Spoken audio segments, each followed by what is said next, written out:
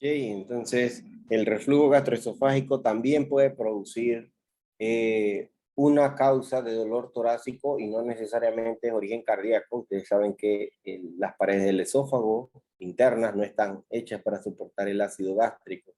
Y si yo tengo malos hábitos en el sentido de que como y de una vez me acuesto en el sofá a ver televisión o me voy a mi cuarto a ver televisión o me acuesto a dormir en un periodo menor a 2 horas, 2 horas y media después de haber comido, parte del contenido que ya está en el estómago puede regresar a través del esfínter esofágico inferior hacia el esófago y quemar poco a poco pues las paredes del esófago. Al estar en la posición central a nivel del tórax puede producir entonces un dolor que pues los niños, la gran mayoría, pues refieren un dolor torácico en la boca del estómago un poquito más arriba. La causa de musculoesquelética son aquellos pacientes que realizan alguna actividad física y que posteriormente pues quedan con un dolor a nivel del tórax. Esto es quizás un poco más fácil de diagnosticar por la historia clínica que ellos llevan. Y pues otra causa que ha producido mucho estrago recientemente, producto de la pandemia, producto de las clases virtuales y todo lo demás, es la causa de ansiedad. Generalmente cuando uno o los pacientes están ansiosos pueden presentar una falta sugestiva de aire asociada a un dolor torácico muchas veces. Más que todo, la mayoría de las veces cuando te lo comentan es que tomando agua o el papá hablándole o la mamá diciéndole que se calme, pues esto desaparece completamente. Y cabe mucho recalcar que la gran mayoría de las veces cuando están en el periodo vacacional, esta afección como que desaparece y nuevamente cuando están en el periodo escolar vuelve a aparecer o cuando se presentan problemas en el hogar. Entonces esto es muy importante.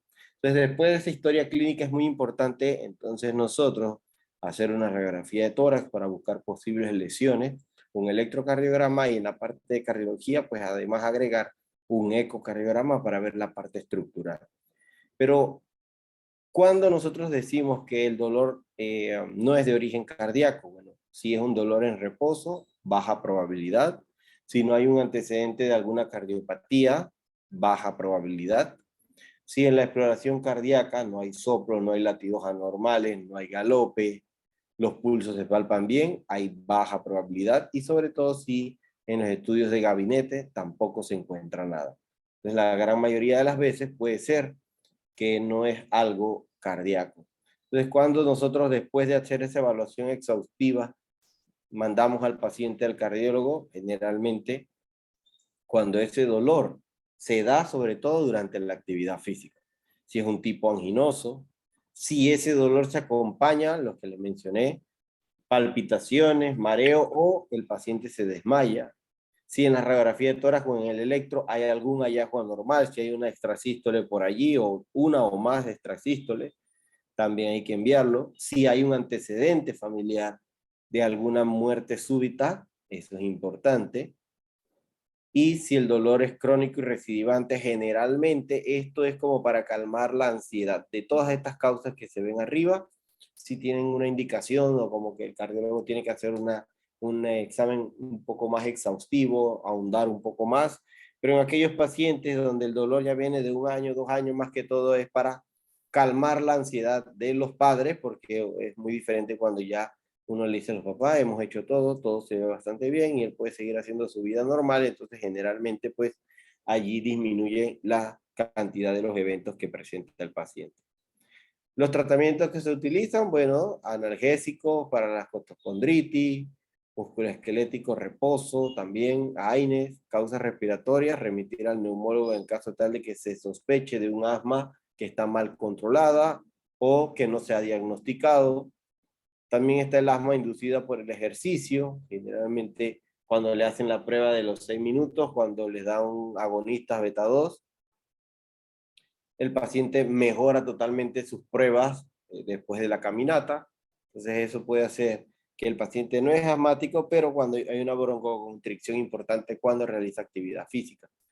La gastritis generalmente pues se puede hacer no sería lo recomendable, pero se puede hacer a veces como cambiando los hábitos e iniciando algún procinético o un bloqueador de los iones de hidrógeno, como hacer un estudio experimental. Si hay una mejoría de los síntomas, entonces pues puede deberse a esto.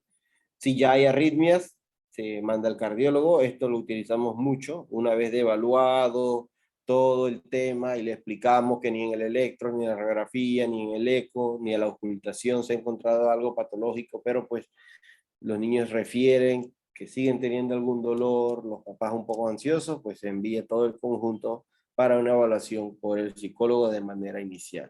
¿Okay? Generalmente pues es una causa bastante frecuente, sobre todo niñas y adolescentes. Son las principales que llegan con esta afección, niñas escolares y niñas adolescentes, niñas grandes, mayores de 7, 8 años hasta los 16, 17 años, generalmente pues es una afección bastante común. Al igual que el síncope, que es otra de las otra de las patologías que vamos a evaluar. Esto es bastante común. Alguno de ustedes debió, si no es que ya le pasó a uno de ustedes, pues alguien tuvo algún compañerito en la escuela o compañerita que se desmayó durante el canto del himno, durante los desfiles patrios o en la iglesia cuando estaba abarrotada, y posteriormente pues es como una recuperación bastante rápida, como si nada hubiese pasado, y pues siguen con su vida totalmente normal. Pero al tener un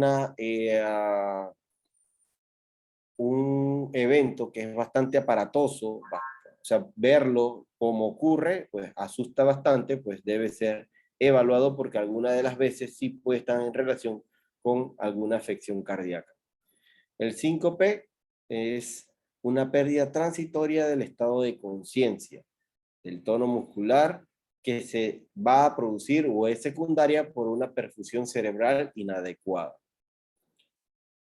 Nosotros debemos diferenciar cuando uno dice presíncope o disautonomía, es una sensación de que me va a pasar, es una sensación de que voy a perder el estado de alerta, pero se mantiene consciente, ¿ok? Solo el paciente va a tener una hipotonía transitoria, postural, ¿ok?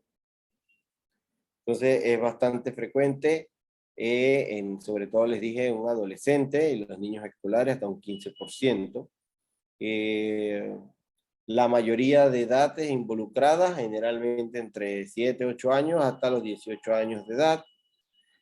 Cuando estos eventos se producen antes de los 6 años y sobre todo bien pequeñitos, 2, 3 años de edad, tenemos que descartar que no se deban a trastornos comiciales, o sea, que hayan convulsiones o algo relacionado. ¿Ok? Entonces, las causas no cardíacas de síncope, que son las más frecuentes, una intolerancia ortostática. La intolerancia ortostática es todos los trastornos que dependen de una regulación adecuada del flujo sanguíneo, presión arterial y frecuencia cardíaca. Entonces, de eso podemos destacar tres importantes: el síncope vasovagal en sí, la hipotensión ortostática o disautonomía. Esto es lo que sucede muchas veces en cambios de posición brusco de la cama, levantarse de manera brusca, o de estar en una posición de cuclilla a estar de pie de manera brusca, ¿sí? O el síndrome de taquicardia ortostática postural, el llamado STOP.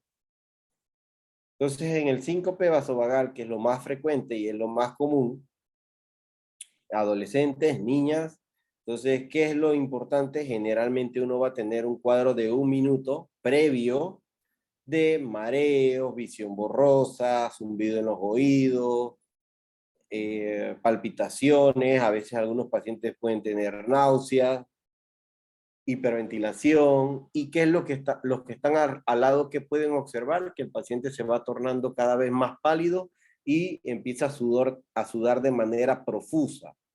Posteriormente, si no se hace algo en este periodo, el paciente va a tener un desvanecimiento porque se siente muy pesado y se cae. Una vez que está en el piso, después de máximo 1 minuto, 1 minuto y medio, el paciente recupera totalmente la conciencia y sabe dónde está, es decir, está ubicado en tiempo, persona y lugar. ¿Qué es lo que se produce? Generalmente es un descenso progresivo de la presión arterial y entonces por esto el cuerpo de manera sabia pues se tumba. ¿Cuándo se puede dar? Cuando uno se levanta de la cama en la mañana, después de una ducha caliente, cuando hay algo de ansiedad o temor que va a estar relacionado con el dolor torácico. Por eso es que muchas veces hay pacientes o hay personas que se ponen muy mal simplemente con ver aguja, algunos con ver sangre, porque tiene esta es la fisiopatología de esto. El dolor extenuante también puede producir un desmayo, un dolor fuerte. Una fractura expuesta puede producir un síncope. La extracción de sangre, como les mencioné, un ayuno prolongado puede producir los síntomas similares, y condiciones donde hay mucho calor o donde hay mucha gente, o sea, lugares muy llenos. ¿Qué es lo que sucede? Bueno, generalmente si uno está de pie, sin un movimiento, la gran mayoría de la circulación se va hacia las extremidades inferiores y la pelvis. Es por esto que es bastante frecuente en las iglesias y en los cantos del himno, donde uno estaba ahí de pie, rectecito, y no uno podía moverse. Bueno, toda la sangre se desviaba a las extremidades inferiores. Eso va a producir que haya una disminución del retorno venoso, lo que se reduce el volumen sistólico del lado derecho y va disminuyendo paulatinamente la presión arterial. Entonces, esos ventrículos, como se están llenando menos, se estimula menos el mecanorreceptor, que son los que envían los estímulos aferentes que llegan al encéfalo. Como está llegando cada vez menos volumen, menos estimulación, entonces menos, un menos estímulo adecuado al encéfalo, y entonces el paciente va a tener una hipotensión refleja. ¿Qué es lo que produce esto? Que se aumente de manera inicial la frecuencia cardíaca, hay un periodo de taquicardia para tratar de compensar esto, hay una vasoconstricción periférica, pero si el paciente no hace ninguna actividad, posteriormente la presión empieza a disminuir paulatinamente porque no hay una compensación adecuada. Esa presión va disminuyendo poco a poco por unos valores cada vez más bajos, y el cerebro se va a dejar de perfundir. Y ya llega un punto donde el cerebro no recibe los nutrientes y el oxígeno adecuado, y ahí es donde el cuerpo se tumba, por decirlo así. Una vez está en la posición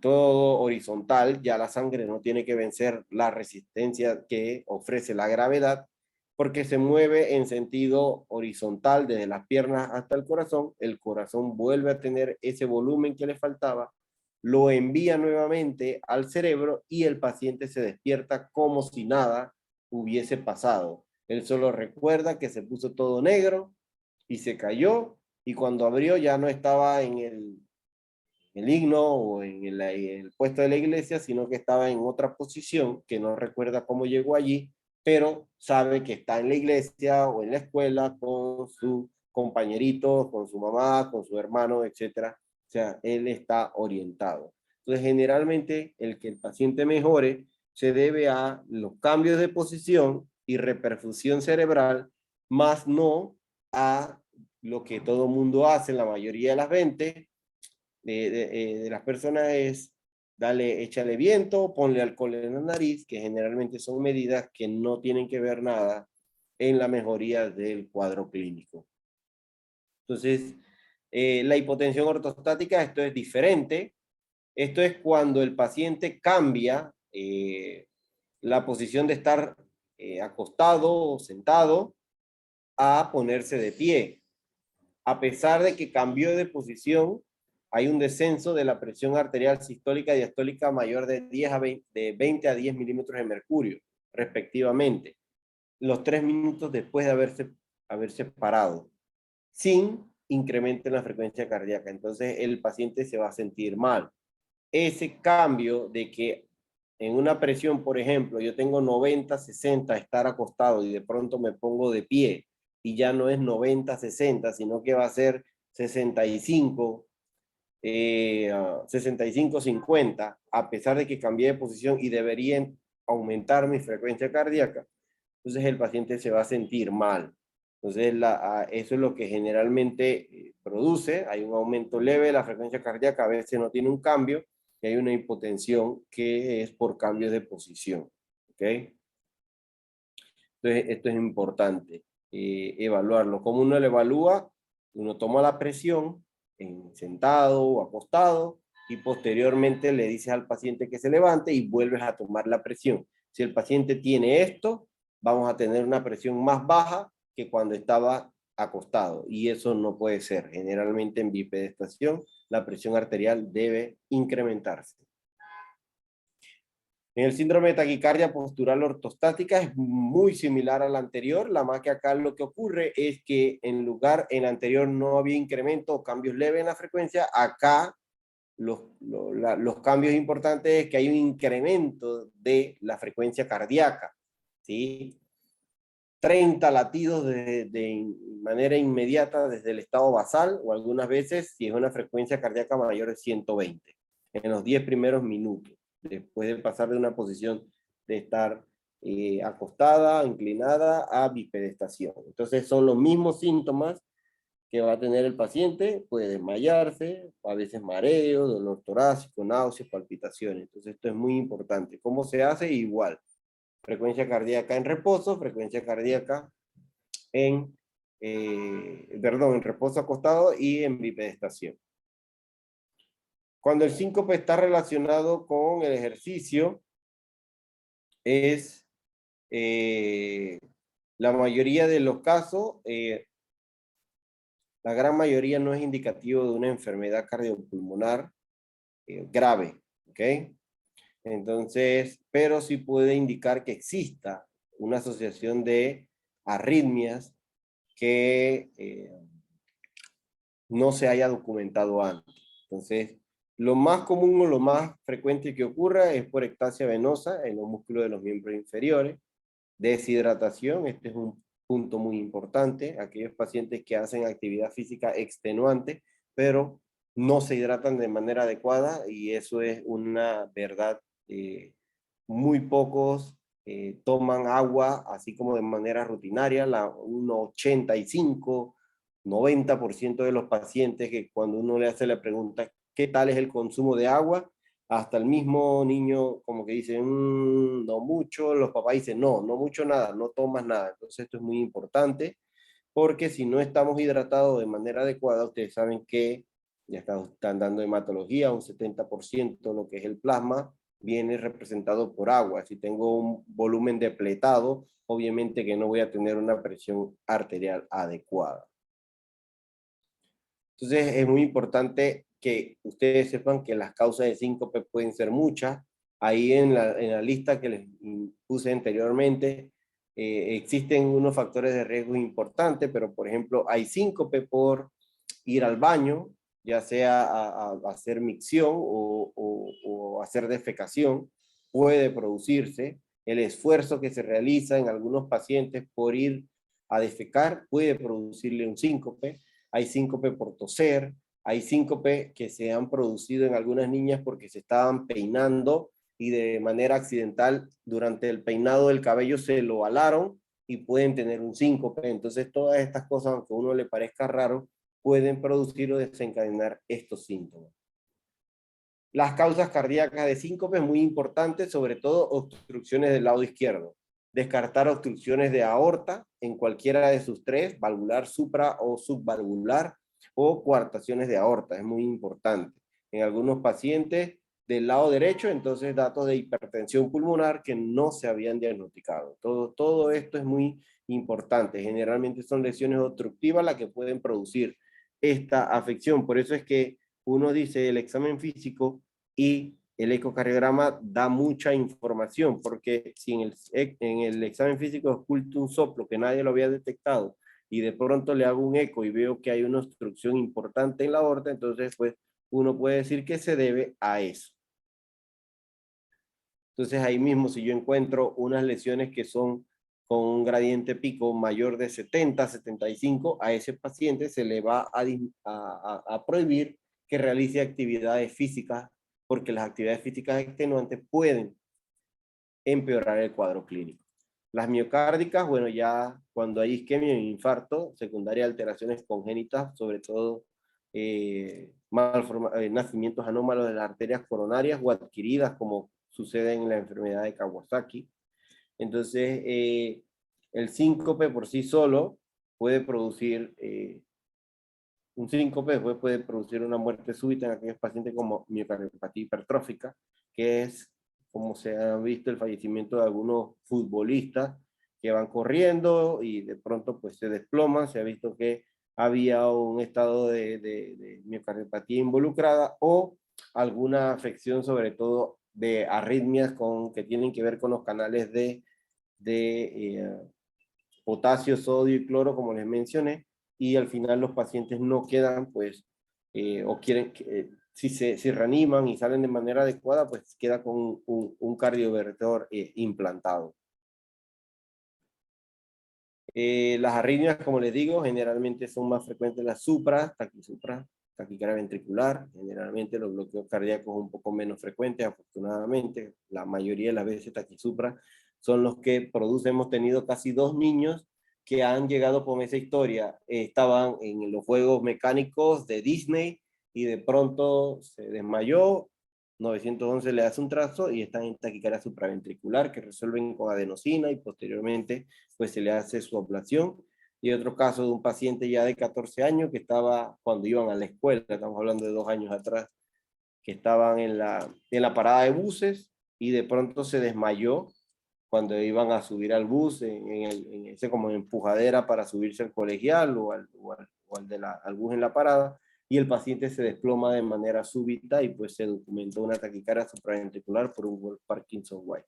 Entonces, esto siempre que uno tenga un episodio de síncope, por la parte cardiológica descartar arritmias o anomalías estructurales cardíacas. Entonces, si no hay defecto estructural, son los síndromes que le hablo: QT largo, QT corto, los síndromes de preexcitación. Brugada es infrecuente, pero el síndrome de Brugada, los pacientes pueden hacer síncope. Si tengo síndrome de Brugada y tengo fiebre, puedo tener síncope y muerte súbita. Entonces, todas estas cosas es muy importante estudiarlas, sobre todo, aquí es muy importante, porque los niños tienen un corazón bien formado, pero hay un antecedente familiar de muerte súbita. Por eso siempre preguntar eso, porque a veces uno dice, él falleció, nadie sabe, que en la autopsia no salió nada, y generalmente estamos ante uno de estos eventos, y si no se estudia de manera molecular, es decir, con pruebas de genética y demás, muchas veces pasa desapercibido y tenemos otra catástrofe. Entonces, estas son las estructuras o las lesiones con defecto estructural que pueden producir arritmia. Ya la gran mayoría de los pacientes, de las patologías, ya las conocimos porque hemos dado muchas de ellas y he hablado muchas de ellas en el curso. Y la valoración del paciente con síncope, generalmente pues es importante ver qué pacientes tienen un riesgo elevado y cuáles no, si existe una cardiopatía. Entonces siempre, como les decía, hay que extender no solo al paciente, sino a otros familiares cuando se sospecha de que hay algo genético, como las afecciones de arritmia. Siempre tener en relación cuándo fue, a qué hora, ¿sí? Si ocurre al levantarse de la cama, si es después de una ducha, sobre todo si utiliza agua caliente, si no había desayunado, en qué posición estaba el paciente antes que le diera el evento, si el paciente tuvo una recuperación rápida o no. Es importante para saber si se trata de un síncope nada más o si hay un episodio convulsivo importante involucrado. Los niños con síncopes de este origen generalmente se recuperan rápido y saben dónde están. Los pacientes que hacen síncope por convulsión, así sea las crisis de ausencia, generalmente quedan como borrachos por un espacio de 15, 20 minutos y generalmente desorientados. Entonces eso es muy importante, ¿ok?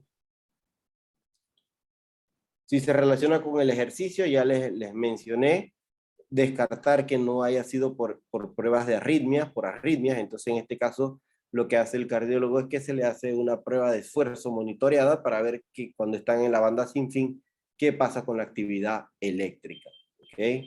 Los síntomas asociados jugarán un papel muy importante, porque a veces si tengo un episodio de pródromo con náusea, algunos vomitan, visión borrosa, dolor de cabeza, pasa como un minuto y después me caigo, generalmente se debe a algo benigno, ¿ok? La duración, como les dije, si es menos de un minuto, síncope vasovagal. Si se tarda más, convulsiones en primera instancia y posteriormente arritmia. Si el paciente está pálido es porque la presión arterial está disminuido. Si hay movimientos anormales, confusión, entonces hay que descartar que no sea una convulsión. Todo eso hay que evaluarlo. Entonces, antecedentes cardíacos, endocrinos, neurológicos, psicológicos importantes, si toma algún medicamento, los antecedentes familiares y también el cuadro social. Muchas veces los niños debutan también con síncope o episodios secundarios, episodios de ansiedad porque hay separación de los padres o porque los padres pelean mucho cuando apenas se ven en casa o padres con abuelos. Todo eso influye en la aparición de estos síntomas, sobre todo en los niños. Al examen físico, la gran mayoría de las veces es un examen físico normal, pero cuando se sospecha de que hay intolerancia ortostática, bueno, hay que tomar la presión tanto en reposo, acostado, y luego en decúbito supino, generalmente para ver, decúbito supino a bipedestación, para ver cómo están los cambios en la presión arterial y la frecuencia cardíaca, para ver si cae en alguno de los trastornos que ya hemos mencionado. Se le hace casi a todos los pacientes que se desmayan, casi todos van a los centros de salud o los cuartos de urgencia de los hospitales más cercanos y le hacen toda la batería del laboratorio, BH, electrolitos, electro, radiografía de tórax, y todo se revela normal, la gran mayoría. Los estudios que van a revelar si hay algo cardiológico generalmente son el electrocardiograma, el ecocardiograma, más allá, la ergometría o la prueba de esfuerzo también puede arrojar algunos datos, sobre todo si hay arritmias o datos de isquemia. La mesa basculante o el TIL test se utiliza ya para saber qué tipo de síncope es. Obviamente eso no es para ustedes, pero hay un síncope que es vasodepresor o cardioinhibitorio, dependiendo si lo que disminuye inicialmente es la frecuencia cardíaca o disminuye inicialmente la presión arterial. Y pues es muy importante, ya esto va, obviamente cuando se hace esta prueba, el paciente está monitoreado, se vigila la frecuencia cardíaca para ver cómo se relaciona con los síntomas. Diagnóstico diferencial, obviamente, si es por la mañana, descartar que es que no había desayunado. Si dan mucho y sobre todo en cualquier hora del día y es un niño pequeño, descartar epilepsia. ¿Okay? A veces también trastornos psiquiátricos pueden estar asociados. ¿Qué es lo importante? Dependiendo del tamaño, pero niños escolares y adolescentes deberían beber agua 2.5 litros al día, la gran mayoría de las veces. La ingesta de bebidas deportivas solo cuando el paciente hace actividades deportivas en sí. Escuelas de fútbol, baloncesto, natación, donde pierden más electrolitos, pues ahí sí los recomendamos. De lo contrario, pues agua de manera importante.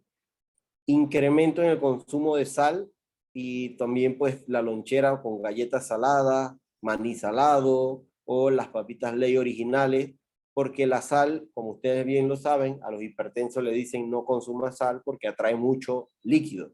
Si ya nosotros consumimos un poquito más de sal en la dieta, por ejemplo una ensalada verde, ustedes le ponen a los niños que le pongan un poquito más de sal, que consuman esa sal un poquito más, asociado al incremento en el volumen de agua. Esta sal va a atraer esa agua que está tomando el paciente hacia los vasos sanguíneos y entonces va a restablecer el valor de la tensión arterial y el paciente se va a sentir mejor. Cuando tenemos estos episodios de síncope, pues generalmente se deben evitar bebidas con cafeína, todo lo que tiene que ver con Coca-Cola, cafés, etcétera, porque esto produce mucha micción, tiene un efecto diurético. Y si yo quiero hidratarme, pero consumo 2, 3 cafés y voy a estar yendo al baño, pues me voy a deshidratar y puedo predisponer a la aparición de síncope. ¿Okay? Algunos pacientes pueden utilizar medias de compresión, sobre todo, incluso muchas del personal médico y enfermería utilizan, sobre todo niñas, pues, utilizan medias de compresión, no con esta finalidad, más bien es como para evitar que la venita, que la varice, que lo demás, bueno, eso de manera indirecta también hace que esa compresión externa envíe o impulse esa sangre que está en las extremidades inferiores con fuerza hacia el corazón y pues de esta manera evitar que se produzca el síncope. Una de las medidas que uno puede hacer cuando uno tiene los síntomas prodrómicos es recomendarle al paciente que se acueste y levante las piernas. Eso sí mejora inmediatamente el cuadro clínico, porque la sangre que está en las extremidades inferiores regresa con mayor velocidad al corazón y se restablece esa perfusión.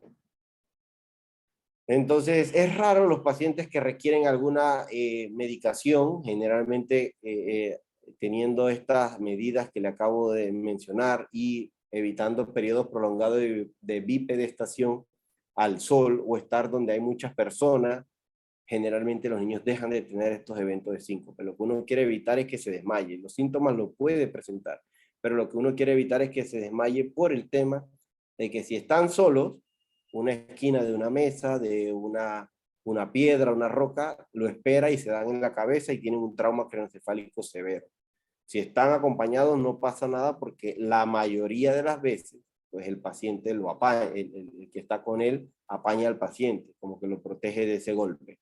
Pero lo que se quiere en la mayoría de las veces es evitar el síncope en sí. Esto es lo que tenemos para el día de hoy. No sé si tengan alguna duda o pregunta de ambos temas. Ya prácticamente después de este solo nos queda un tema más, que es el tema quizás también uno de los más complejos, es el tema de arritmias y electrofisiología. Luego viene el taller, el segundo examen, día libre y el examen final. Entonces, no sé si alguien tiene alguna pregunta sobre los temas, sobre el tema que tratamos hoy.